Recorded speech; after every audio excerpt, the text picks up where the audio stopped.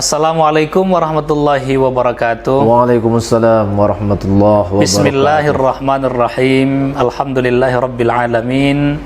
Wassalatu wassalamu ala asyrafil anbiya'i wal mursalin wa ala alihi wa sahbihi ajma'in. Amma ba'du. Pemirsa Bingkai Tarbiyah FITK UIN Sumatera Utara Medan, bersyukur kita kepada Allah Subhanahu wa taala hari ini bisa dipertemukan dalam program Bingkai Tarbiyah, bincang penting seputar karya ilmiah tarbiyah FITK UIN Sumatera Utara Medan. Salawat dan salam kehadiran ruh Nabi Muhammad sallallahu alaihi wasallam, semoga kita mendapat syafaatnya di hari kemudian dan kita umatnya mampu banyak-banyak bersolawat kepadanya. Baik pemirsa Bingkai Tarbiyah FITK UIN Sumatera Utara Medan, pada perbincangan kali ini kita telah ditemani narasumber kita, salah seorang dosen senior di FITK UIN Sumatera Utara, Al-Ustadz Dr. Muhammad Al-Farabi MAG. Assalamualaikum Ustadz. Waalaikumsalam warahmatullahi wabarakatuh. Masya Allah. Sehat Ustadz? Sehat, alhamdulillah. Alhamdulillah. Baik pemirsa Bingkai Tarbiyah FITK UIN Sumatera Utara Medan, insya Allah 30 menit ke depan kita akan berbincang-bincang dengan narasumber kita terkait dengan karya ilmiah beliau. Tapi sebelum itu, pertama Ustadz, kami dan seluruh pemirsa Bingkai Tarbiyah ingin mendengarkan latar belakang pendidikan Ustadz. Seperti apa Ustadz? Baik, terima kasih. Assalamualaikum warahmatullahi wabarakatuh. Assalamualaikum warahmatullahi. Bismillahirrahmanirrahim. Alhamdulillahirabbil alamin wal aqibatu lil muttaqin wassalatu wassalamu ala Muhammadin sayyidil anbiya'i wal mursalin wa ala alihi washabbihi ajma'in, amma ba'd. Baik, latar belakang pendidikan saya ini berasal dari IAIN Sumatera Utara yang waktu itu belum lagi bernama universitas. Saya mulai memasuki program strata 1 di Fakultas Tarbiyah IAIN Sumatera Utara pada tahun 1994. Alhamdulillah 4 tahun pas saya menyelesaikan studi di lembaga itu. Kemudian saya mendapat bantuan beasiswa untuk melanjutkan studi di program pasca sarjana IAIN Sumatera Utara Medan, dan waktu itu saya melanjutkan konsentrasi saya di bidang pendidikan Islam dan tamat tahun 2001. Jadi kalau S1 nya tamat tahun 98 dari Stambuk 94, maka S2 nya itu tamat tahun 2001 Stambuk 99. Semuanya alhamdulillah diselesaikan tepat waktu. Dan kebetulan dalam 2 jenjang pendidikan yang kita lalui ini kita berpredikat wisudawan terbaik. Masya Allah. Dengan yudisium terpuji. Kemudian saya setelah itu ya bergabung di fakultas ini untuk ya mengabdi sebagai dosen luar biasa. Waktu itu namanya dosen luar biasa. Jadi mulai saya tamat S1 tahun 1998, saya direkrut oleh 2 orang dosen senior di sini. Pertama almarhum Dr. Andus Muhammad Kifrawi, mengajar bidang mata kuliah hadis. Kemudian juga direkrut oleh Pak almarhum Zaini Kholis Hamdi untuk mengajar mata kuliah pengembangan kurikulum. Mereka melihat untuk 2 bidang ini saya berbakat. Jadi bidang umum dan agama bisa saya padukan, dan pada waktu itu memang saya dipercaya ya secara maksimal sampai membuat soal ujian akhirnya pun saya juga ujian akhir semester. Jadi setelah mengabdi di sini, terus setelah itu saya dipercaya untuk mengasuh mata kuliah sendiri. Ya, mata kuliahnya itu seputar antara ilmu pendidikan dan kajian Islam, ya. Baik tentang Al-Quran, hadis, juga termasuk ya ilmu pendidikan Islam salah satunya. Setelah itu bersamaan saya melanjutkan program studi pasca sarjana untuk program S2 tahun 1999, tamat tahun 2001. Setelah itu terus bergabung kembali lanjut, dan alhamdulillah pengabdian saya di Fakultas Tarbiyah ini belum terputus sampailah sekarang. Dan tahun 2003 saya lulus dalam seleksi ya penerimaan pegawai negeri sipil di bawah naungan Kementerian Kanwil Kementerian Agama Provinsi Sumatera Utara untuk jadi guru di Madrasah Aliyah Negeri Tanjung Morawah. yang di waktu itu di bawah naungan Kemenak Kabupaten Deli Serdang. Setelah itu saya mutasi 5 tahun berikutnya ke Mandua Mall Medan. Setelah 5 tahun bertugas juga mutasi ke kantor wilayah Kementerian Agama, ya Jalan Gatot Subroto Medan.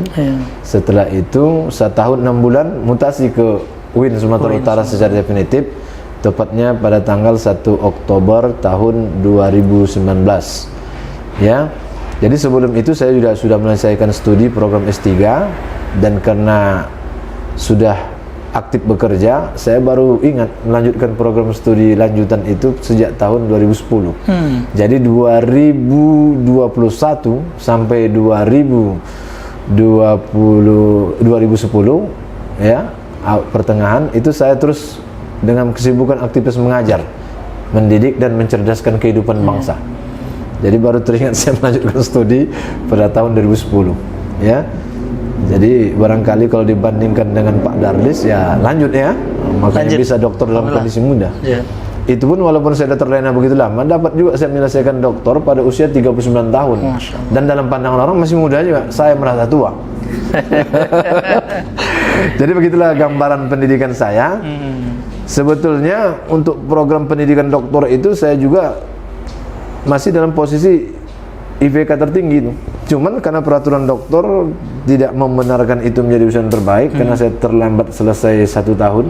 Ya, jadi tidak bisa. Walaupun yang akhirnya menjadi wisudawan terbaik itu adalah ya adik letting di bawah saya dari segi letting, tapi dari segi umur tetap tua dari saya. IPK-nya masih di bawah saya, tapi memang begitulah ketentuan pada waktu itu. Ya, terlena dengan dunia pekerjaan. Memang penyelesaian studi itu dianggap agak begitu santai begitu.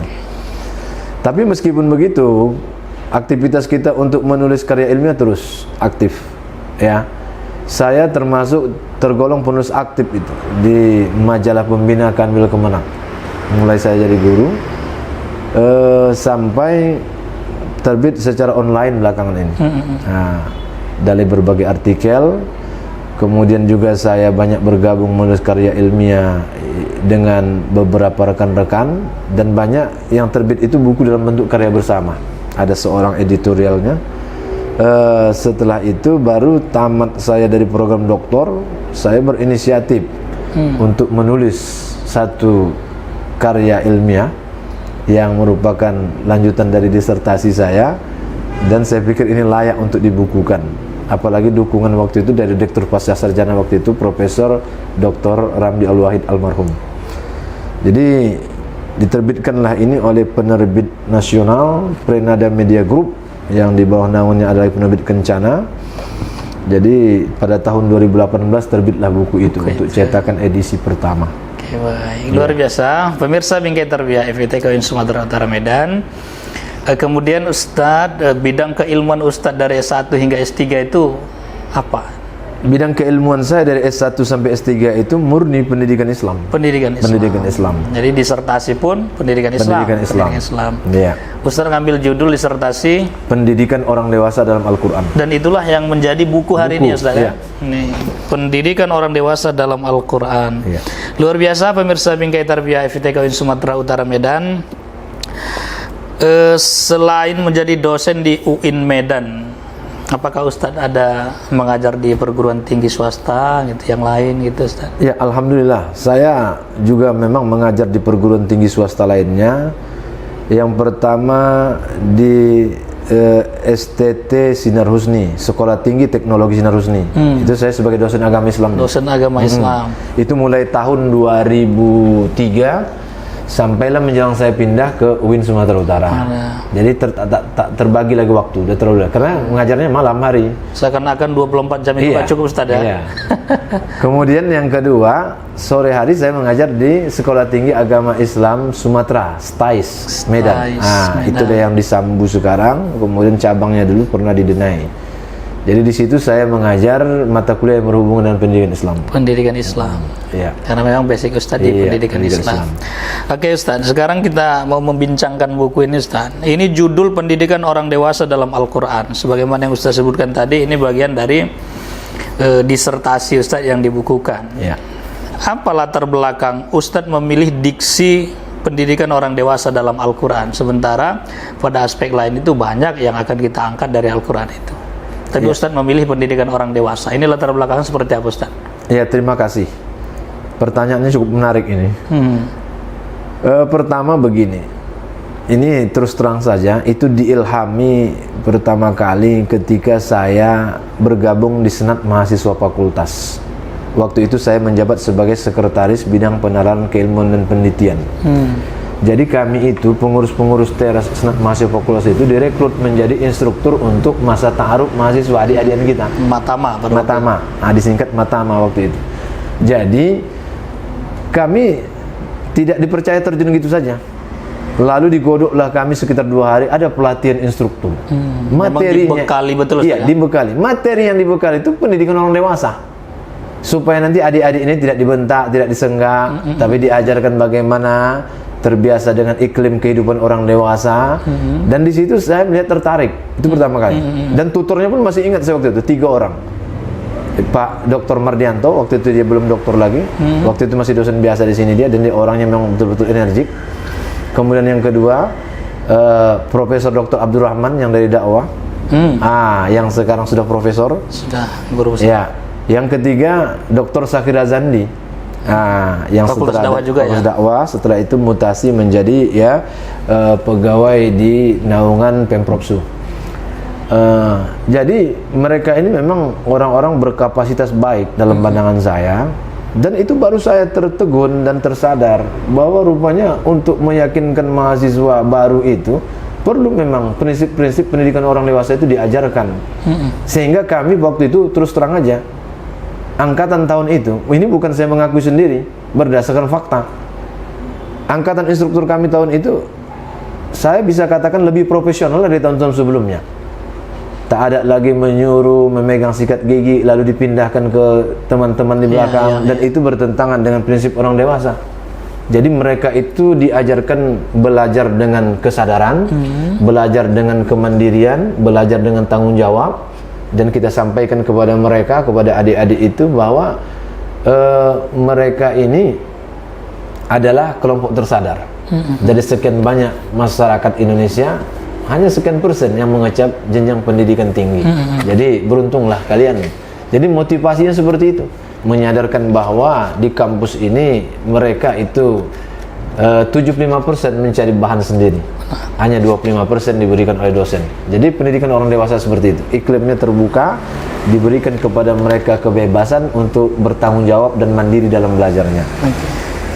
Setelah itu diilhami lagi, yang kedua, saya melanjutkan studi pendidikan ke S2, masuk mata kuliah pemikiran pendidikan Islam. Dan itu dosennya memang betul favorit saya, almarhum Profesor Dr. Ja'far Siddiq Imam. Ja'far Siddiq, guru besar ilmu pendidikan Islam. Waktu itu dia belum profesor lagi, masih doktor, berulang dari Sidempuan mengajar ke Medan. Jadi kami sekali belajar dengan mereka, dengan beliau itu mulai dari pagi hari sampai sore hari. Ya, karena beliau datang sebulan sekali. Jadi dianggap 4 kali pertemuan itu sekali berjumpa. Jadi dia tidak banyak silabusnya, hanya 5 topik dalam 1 semester.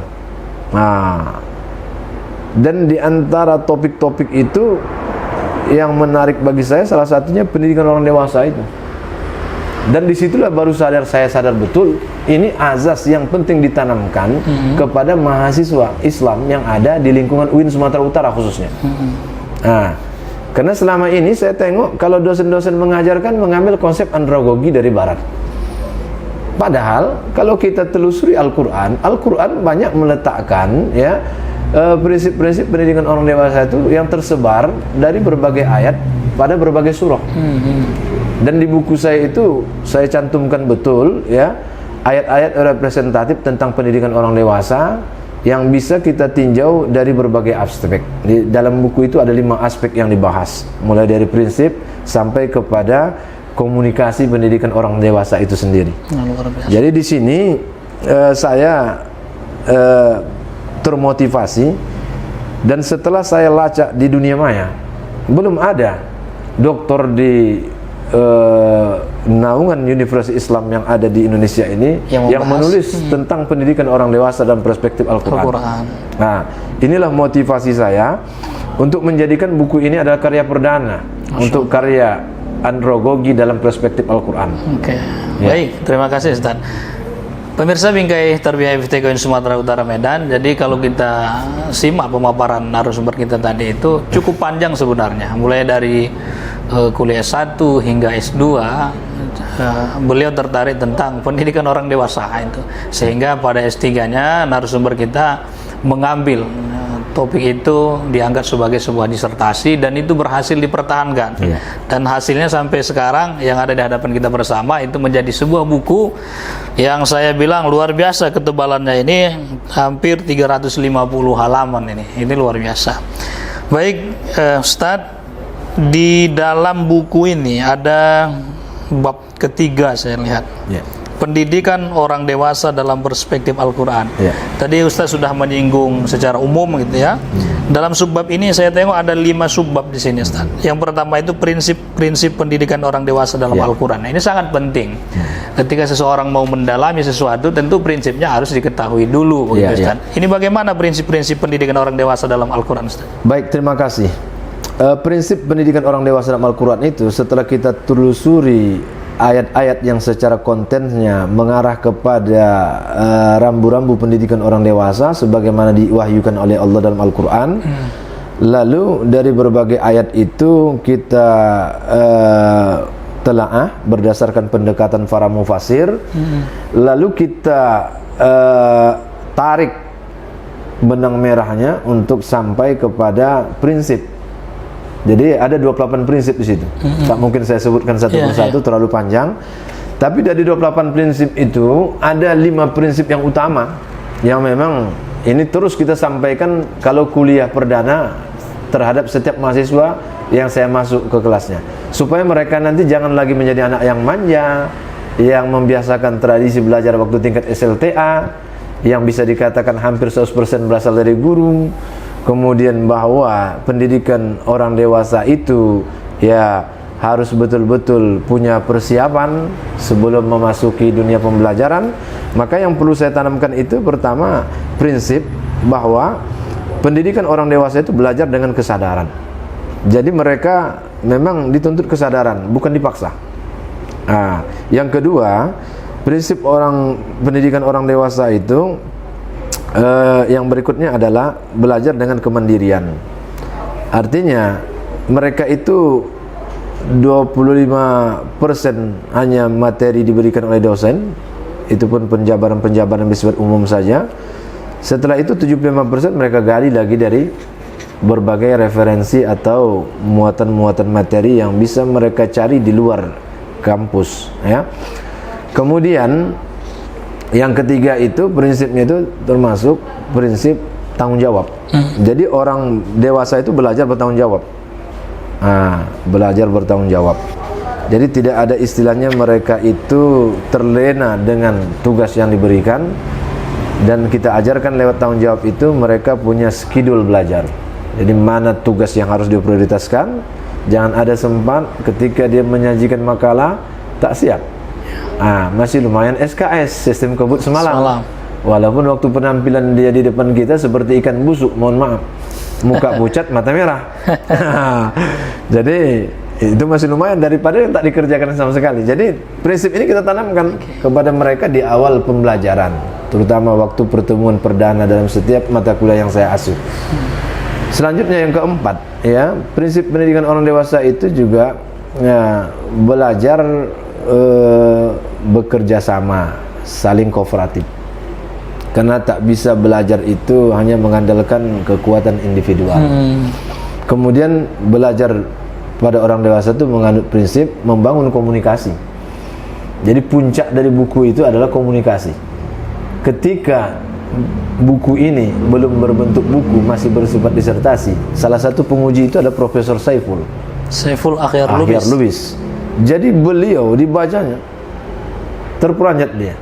Ternyata persepsi kita sama. Saya pun akan menjadikan puncak bimbingan konseling itu berada pada komunikasi. Di situ persamaannya. Maka dia apresiasi betul karya saya ini. Dan Profesor Ramli Al-Wahid waktu itu sebagai Direktur Pasca Sarjana masa itu memotivasi ini harus diterbitkan dalam bentuk buku. Dia berharap ya penerbit yang berskala nasional lah katanya.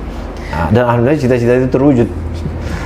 Oke, baik Ustadz. Pemirsa Bingkai Tarbiyah FITK Sumatera Utara Medan, ada satu statement yang luar biasa dan itu menjadi muara kesimpulan dari narasumber kita ini. Ya, tentang komunikasi itu. Alasan yang paling kuat mengapa Ustadz mengandalkan itu apa, Ustadz? Begini, dari berbagai ayat yang ditelusuri itu ternyata ada komunikasi yang dibangun pada masa Rasulullah itu, komunikasi tertulis oleh para sahabatnya. Ya, itu terutama ayat yang berhubungan dengan upaya untuk introspeksi diri, ya, yang terdapat dalam surah Al-Ankabut ayat 2 itu. Ahasiban nasu an yutraku an yaqulu amanna wa hum la yuftanun, itu sebetulnya diawali dari surat sahabat dengan sahabat yang lainnya, ya, antara orang yang berada di Madinah dengan orang yang berada di luar wilayah itu, ya, dan itu terbangun komunikasi yang cukup indah, sehingga akhirnya dengan komunikasi itu dia rindu dan akhirnya memilih bertempat tinggal di Madinah. Kemudian komunikasi lainnya kita lihat ketika terjadinya masa peperangan. Masa peperangan itu, ya,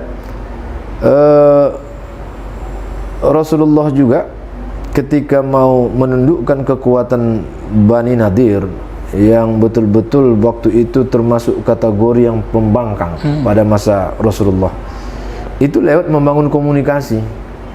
Komunikasi itu dibangun atas pertemuan kepala suku. Setelah itu, ya, Rasulullah menawarkan perdamaian. Ternyata dengan sikap arogan mereka tidak mau menerima itu, akhirnya mereka juga, ya, menyakiti sebagian kaum muslimin. Jadi Rasulullah membuat aksi pertama kali menyerang mereka dengan terlebih dahulu, ya, menghancurkan pertanian mereka. Ya, ada ditebang beberapa pohon kurma waktu itu sebagai bentuk simbol komunikasi. Mau dilanjutkan perdamaian atau dilanjut dalam bentuk peperangan. Jadi di situ sudah terbangun. Yang dibangun oleh Rasulullah pertama kali apa? Kesadaran untuk kembali, ya, islah. Nah, yang kedua, diminta kepada mereka, ya, bisa menjembatani ini, membangun komunikasi kepada masyarakat mereka dengan adanya juru bicara yang memang diajak untuk, ya, berkonsultasi tentang itu. Dan ini terus dibangun sampai-sampai ketika Rasulullah berhasil menaklukkan Mekah dalam peristiwa Futuhul Mekah, itu kan tak terlepas dari bangunan komunikasi. Sehingga ketika Mekah itu dibangun dengan suatu kekuatan armada perang yang mengepung 4 penjuru, barat, utara, selatan sampai timur, dan pada waktu itu ternyata tak ada perlawanan. Kenapa tidak ada perlawanan? Karena satu persatu semasa Rasulullah masih di Madinah, itu tokoh-tokoh pembesar kafir Quraisy itu berhasil diajak Rasulullah masuk Islam. Sehingga ketika terjadi pengepungan terhadap Makkah itu, mereka tidak lagi memandang ada satu kekuatan. Sehingga yang lebih menarik lagi, ya, akhirnya mereka itu pasrah. Mereka biarkan Rasulullah tuh dan para prajurit yang ikut bersama Rasul itu menghancurkan patung-patung, mulai dari yang ada sekitar wilayah Ka'bah maupun di pusat-pusat kota, ya. Kemudian setelah itu yang lebih menarik lagi, mereka itu menyatakan keislamannya kepada Rasulullah secara berduyun-duyun. Atas dasar peristiwa inilah Ibnu Abbas radhiyallahu an, seorang pakar tafsir pada masa Rasulullah, menegaskan dalam tafsir fi Zilal Quran dengan bahasa yang sangat indah. Apa pernyataan Ibnu Abbas itu? Sebenarnya mereka yang ada di Mekah itu simpati dengan ajaran Islam pada masa Rasul. Cuman pada waktu itu karena belum kuat keimanan mereka, mereka tidak yakin kalau Islam itu bisa menyelamatkan jiwa mereka. Karena pada waktu itu apabila Islam disakiti, bahkan dibunuh. Dan korban dibunuh itu ada beberapa orang sebagai sampel. Dan ini yang ditakuti oleh mereka. Mereka sudah bosan dengan kehidupan penindasan, arogansi kafir Quraisy itu. Tapi mereka belum melihat kapan saatnya Islam itu kuat dari berbagai aspek. Dan kekuatan Islam itu dari berbagai aspek baru kuat ketika Rasulullah membangun sistem pemerintahan di Madinah. Jadi kalau tidak salah menurut sejarah, dari sejak Rasulullah hijrah ke Yasrib yang belakang bernama Madinatul Munawwarah, 8 tahun setelah itu baru ada gerakan Futuhul Makkah itu. Dan diperkirakan masa 8 tahun ini sudah kuat kekuatan politik yang dibangun oleh Rasulullah, sehingga bisa terbangun komunikasi yang akhirnya bisa menguasai Makkah. Dan ini janji Rasulullah, menguasai Makkah itu kembali janji Rasulullah. Karena ketika Rasulullah hijrah ke Yasrib, itu kan dalam sejarahnya kan kaum muslimin di seluruh fikih, baru Rasulullah terakhir. Dan Rasulullah terakhir berangkat itu didampingi oleh seorang penunjuk jalan, itu adalah seorang Yahudi ternyata. Ini bisa dibaca dalam buku ya yang ditulis oleh Nurholis Majid itu, ya, Islam Agama Peradaban dan Kemanusiaan, ya, dan Kaki Langit Peradaban Islam. Itu Rasulullah itu masuk lewat dari pintu jalur sebelah selatan, jalur yang tidak bisa terdeteksi oleh kafir Quraisy. Nah, dan itu berhasil karena ada bangunan komunikasi. Iya, luar biasa. Baik pemirsa Bingkai Tarbiyah FTK Sumatera Utara Medan, lagi-lagi itu karena sebuah komunikasi yang efektif, ya. Jadi komunikasi yang efektif itu sangat menentukan keberhasilan yang optimal dan maksimal. Baik, jika kita kaitkan Ustadz dengan pendidikan, lantas implikasi sebuah komunikasi yang efektif dalam pendidikan itu seperti apa, Ustaz? Ya, komunikasi yang efektif dalam pendidikan itu kita sesuaikanlah dengan perkembangan zaman. Kalau hari ini kita sudah dibantu oleh fasilitas teknologi yang canggih, ya, komunikasi dengan mahasiswa, dengan sesama dosen itu bisa lewat alat-alat teknologi yang canggih. Di antaranya ya smartphone Android, ditambah lagi dengan fasilitas beberapa perangkat-perangkat atau ya sarana yang bisa terhubung dengan teknologi digital. Ya, saya pikir dibandingkan dengan surat sangat lambat kalau hanya dikirimkan lewat pos. Jelas. Nah, kita pun kalau berhubungan dengan Kementerian Agama Pusat kan lewat WA aja bisa dikirim berkas. Ah, kalau menunggu surat berapa hari sampainya? Benar. Walaupun katanya pos kilat kan begitu.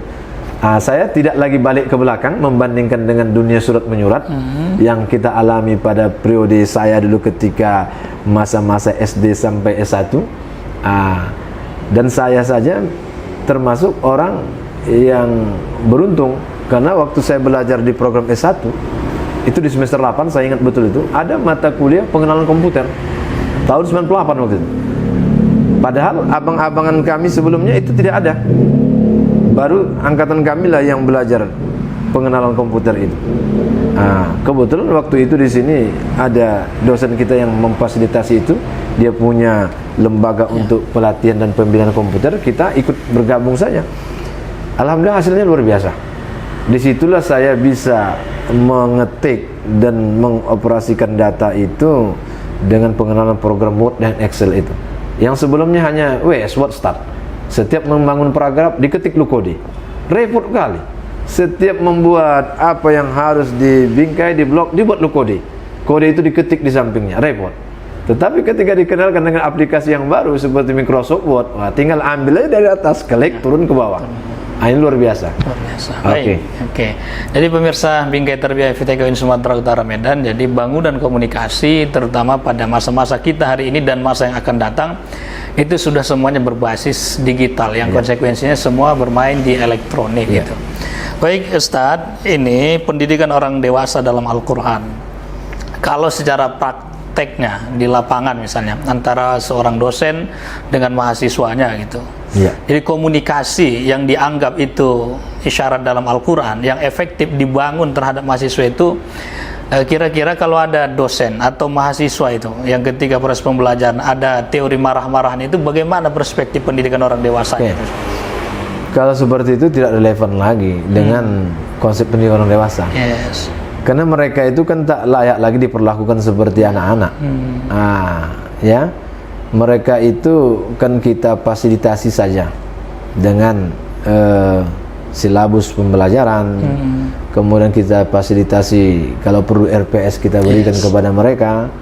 Kemudian apa tugas-tugas yang mau kita dikerjakan mereka tiap semester kita berikan, ya. Jadi setelah itu kita bangun kesadaran mereka mengumpul itu tepat waktu sesuai dengan jadwal yang sudah kita buat dalam beberapa rubrik yang kita berikan di awal perkuliahan itu. Apalagi kita sekarang kan dibantu dengan program e-learning. Jadi di e-learning itu sudah ada kapan limit waktu dikumpul. Jadi mereka harus melek teknologi. Kita suruh aja mereka itu menyetor tugas di situ. Dan terus terang aja, ya, saya termasuk dosen yang masih konsisten menerapkan e-learning itu. Dikala banyak dosen-dosen yang mungkin merasa terlalu banyak kerepotan, menguras waktu, tapi saya usahakan dengan tengah kesibukan saya tetap itu bermain lewat e-learning. Oke, baik, terima kasih Ustaz. Pemirsa, kemudian narasumber kita ini adalah Sekretaris Pusat Wahdatul Ulum di UIN Sumatera Utara Medan. Jadi alangkah lebih eloknya jika kita meminta pendapat narasumber. Bagaimana kalau kita mengkorelasikan pendidikan orang dewasa dalam Al-Quran dengan paradigma Wahdatul Ulum yang sedang dikembangkan di UIN Sumatera Utara ini, Ustaz? Baik, terima kasih. Pertanyaan sangat bagus. Ya, pendidikan orang dewasa ini sangat relevan sekali dengan paradigma keilmuan Wahdatul Ulum. Karena paradigma keilmuan Wahdatul Ulum itu kan menggiring sivitas akademik ya UIN Sumatera Utara ini untuk kembali kepada menguatkan pengokohan keimanan kepada Allah dan mengimplementasikan nilai-nilai ketauhidan itu dalam kehidupan. Ya. Jadi ketika pendidikan orang dewasa dalam Al-Quran berbicara tentang bahwa memperlakukan mahasiswa di perguruan tinggi itu sebagai orang dewasa, bahwa mereka itu sudah punya kesadaran, mereka sudah punya kemandirian, mereka sudah punya tanggung jawab, ya. Dan ini memang cita-cita Wahdatul Ulum. Kalau kita baca buku hijau yang sudah diterbitkan oleh UIN Sumatera Utara itu, karena orientasi Wahdatul Ulum itu ingin melahirkan alumni-alumni yang memiliki karakter ulul albab. Ya, ulul albab itu kita sudah maklumi, walaupun banyak variasi para mufasir memahami makna ulul albab itu, tetapi dari sekian banyak itu saya mengambil kesimpulan sederhana saja. Ulul albab itu adalah kalau sekelompok orang-orang yang memang menyatukan potensi fikir dan zikirnya itu dalam rangka pengembangan dan pengkajian ilmu pengetahuan yang kesemuanya itu didedikasikan sebagai ibadah dan pengabdian kepada Allah Subhanahu wa taala. Jadi singkatnya, yang diharapkan oleh Wahdatul Ulum terhadap pembelajar dewasa ketika tamat di UIN Sumatera Utara ini, mereka itu menjadi pribadi-pribadi yang tangguh. Masya Allah. Artinya mereka punya keimanan yang kokoh, bisa menguasai dan mengamalkan ilmu dengan baik. Yang ketiga, berakhlakul karimah. Cuman mungkin ditambahlah yang keempat lagi sebagai syarat zaman sekarang, menguasai ilmu pengetahuan modern dan teknologi. Dan ini dituntut dalam Wahdatul Ulum. Karena sehebat apapun mahasiswa itu menguasai disiplin ulumud diniyah, ilmu-ilmu keislaman, dia juga harus menguasai yang namanya ilmu pengetahuan Islam atau Islamic Science. Jadi Wahdatul Ulum itu tidak ada membedakan ilmu agama dan ilmu umum. Itu dalam paradigma Wahdatul Ulum yang sesungguhnya. Karena dalam paradigma Wahdatul Ulum, ilmu itu bersumber dari sumber yang satu, yakni Allah Subhanahu wa taala. Tetapi Allah menurunkan ilmu itu kan lewat dua sumber utama, yaitu Al-Qur'anul Karim, yang kedua alam semesta yang diciptakannya. Jadi ketika seseorang itu mau menggali kandungan Al-Qur'anul Karim ini secara lebih rinci dan mendalam, dia akan bisa melahirkan ilmu-ilmu kajian keislaman atau ulumud diniyah. Sebaliknya, ketika dia berhadapan dengan alam semesta, dia mau melakukan penelitian dan penelusuran terhadap alam semesta ini, sehingga bisa saja ditelaah dalam bentuk riset ilmiah, akhirnya ditemukan temuan-temuan baru.